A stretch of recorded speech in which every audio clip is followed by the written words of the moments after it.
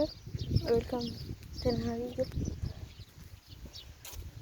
Jeg går bare her. Og faktisk er på vej hjem fra en af mine venner. Mine drengevenner. Og faktisk siger til mig, at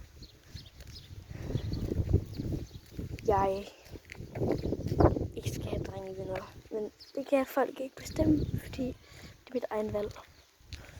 Og det er mig, der bestemmer, om jeg vil have dem. Og det er dem, der bestemmer, om de vil have mig som en pigeven. Og tydeligvis alle de drengevenner, jeg har, de vil gerne være venner med mig. Fordi at de snakker med mig.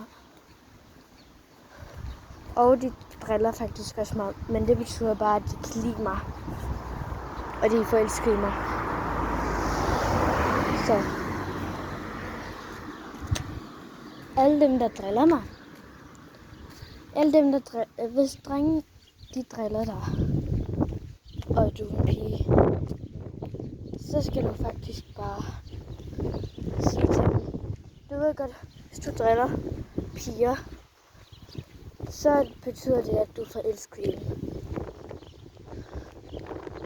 Og det er faktisk rigtigt.